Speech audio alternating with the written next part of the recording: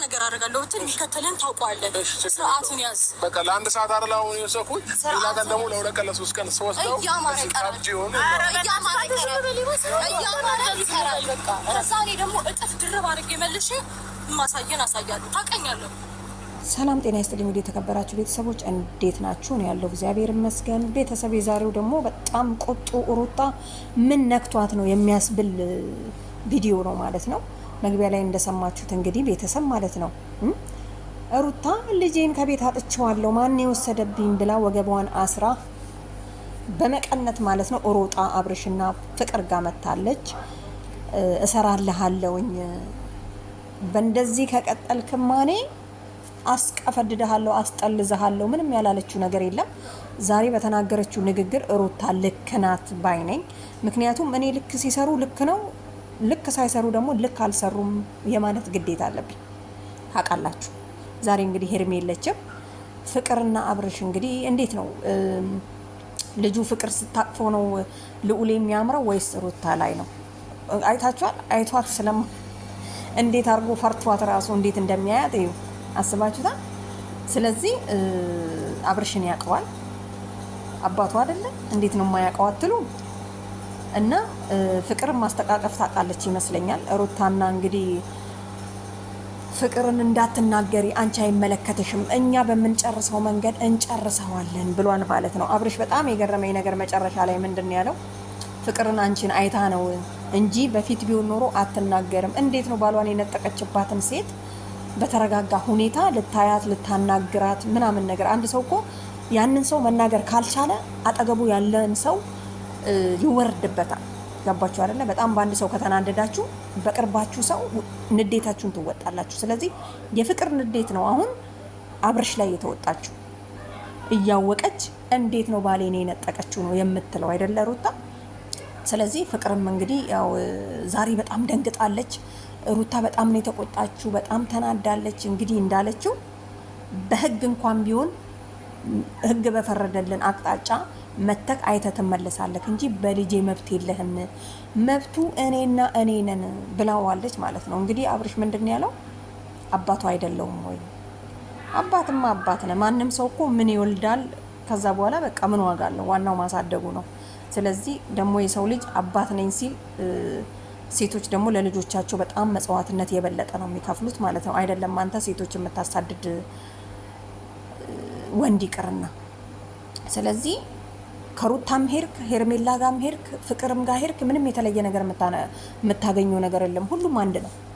በቃ ማወቅ ያለብህ አብርሽ ይሄንና ይሄንን ብቻ ነው። የተለየ ነገር ምን አገኘው? ሁሉም አንድ ናቸው ብለክ ከአንድ ሰው ጋር የመኖር ግዴታ አለብህ ማለት ነው። ምን ለማለት ፈልጌ ነው? ቡዜ እንግዲህ ደንግጫለሁ ከፍቅር ጋራ ለመገናኘት ሲያገናኘኝ ብላ ስታወራ ሰምቻት ነበር ማለት ነው። እና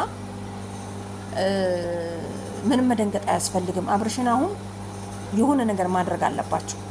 ምክንያቱም አንድ ሰው አንድ ስህተት ይሰራል፣ ሁለት ስህተት ይሰራል፣ ሶስት እስኪሰራ ድረስ መጠበቅ የለባችሁም። ይሄ ልጅ እኮ ሶስት ሰራ ማለት አሁን ደግሞ አራተኛ ይሰራል ማለት ነው። ስለዚህ ማንም የሚቆጣጠረው የለም። ከቤተሰብ ይበልጣል፣ ከእህት ይበልጣል፣ ከወንድም ይበልጣል። ለምን አትቆጣጠሩትም አብርሽን?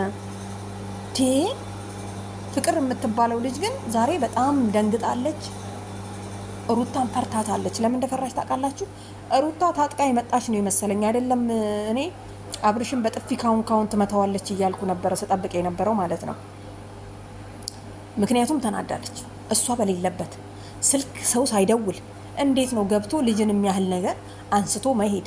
ከሄደ በኋላ ደግሞ ስልኩን ሳይለንት ላይ አድርጎ ስትደውይልኝ አልሰማሁኝም። ደግሞ ምን ቢል ጥሩ ነው? በምን አወቅሽ እዚህ መኖሬን? አይገርምም? እንዴት ነው የማታውቀው? ቪዲዮ እንደምትሰራ ከፍቅር ጋር እንደምትመጣ ልጁንም የምትፈልገው ቪዲዮ እንድትሰራበትና እንድትጠቀምበት እንደሆነ እኮ እንኳን አይደለም ሩታ እኛ ራሱ አውቀናል። አብርሽዬ ማለት ነው። ሩታንማ ዛሬ አብርሽ ራሱ ፈርቷል። ዛሬ ለተናገርሽው ነገር ትክክል ነሽ፣ በጣም ትክክል ነሽ። ስለዚህ ከሄርሜላ ጋር ራሱ እንደዛኛ ስንል እናንተ ሁለታችሁ ታርቃችሁ ፍቅርን ለማጥፋት የሆነ የተቀነባበራችሁ ነገር ነው የሚመስለው ማለት ነው። ለማንኛውም ቤተሰብ በጣም ገራሚ ነው። ሴቶች ሲናደዱ እንግዲህ አይቻሉም። የቅናት መንፈስ ደግሞ እንደዚህ ያንገበግባል። ስለዚህ ማለት ነው አብርሽ ላይ ብቻ ሳይሆን ፍቅርንም ነበረ ማጥረግረግ ያለብሽ። አዎ ፍቅርም ምን ታረጊያለሽ ባሌ ጋር እሱ ከዚህ በፊት ጥፋት አጥፍቷል እየሰማሽ አንቺንም ነገር ያጠፋሽ ይችላል ብለሽ እሷንም ነበር ማጥረግረግ ያለብሽ ማለት ነው። ስለዚህ እኔ የማውቀውን ሰው ነው እንጂ የማላውቀውን ሰው መናገር አልችልም እና አንቺ ዝም በይ እኔና አብርሽ እንጨርሰዋለን ብላለች ማለት ነው እንደሰማችሁት። ሩታ ግን የዛሬው ይለያል ከምን እንዴ! ትናንትና ዳኒ ምንድነው የቀመሳችሁት እናንተ? አብርሽ ጋር የተለየ ነገር አለ ወይ ለምን አነግሩንም ለኛም ብሎ ጥያቄ እየጠየቀው ነው ነበርና ትናንትና። ዛሬ ደግሞ እንግዲህ ያው ሩታ ምንም ስሜ መጥፋት የለበትም የተለየ ነገር የለውም እኔ ለልጄ ብዬ ነው እንጂ የምከተለው እሱን ፈልጌ አይደለም የሚል ነው ስሜት ያላት የሚመስለው ማለት ነው። ለማንኛውም እንግዲህ ያው ፍቅርን ላስተዋውቃት ነው የጠራዋት ብሎ ይሄው እንዳያችሁት እንግዲህ ቀፊው አቅፈዋለች። ልጁ ራሱ እኮ ደነገጠ እናንተ። በነገራችን ላይ ማለት ነው ያው ልጁን እኔ አምጥቼ ለጥፌዋለሁ። በጣም ይቅርታ በነገራችን ላይ ምክንያቱም እናንተ ናችሁ እናንተ ስላቀለላችሁት እኛም ደግሞ ምንም ማድረግ አንችልም ተከታይ ስለሆንን እናንተ ያደረጋችሁትን ነገር ማድረግ ግዴታ ስለሆነብን ነው ቤተሰብ ማለት ነው። እና ከዚህ በፊት ቡዜ ልጁን ይዘን ልጃችንን አትዘቅዝቁብን እኛን ከዘቀዘቃችሁ እንደፈለጋችሁ አድርጉን ቤተሰብ አትንኩ ስትል ሰምቼ ነበርና ዛሬ ቀን ላይ ቪዲዮ ላይ ሳየው በጣም አዘንኩ። ምክንያቱም አንዳንዴ ራሳችን ስናስከብር ነው ሰው የሚያከብረን የሚሉ ነገር አባባሎች ይሄ ነገር ለካ ትክክል ነው አልኩኝ። ምክንያቱም በየሚዲያው ላይ ሲዞር ስላየሁት እና ቡዝዬ ያችን ነገር ግን ብታስተካከያት ጥሩ ነው። በጣም ማስተካከያ መስጠት አለብሽ ተመልሰሽ መተሽ ማለት ነው። ምክንያቱም ልጃችሁን ያዙልን ራሳችሁ ማለት ነው አብርሽን ማለት ነው።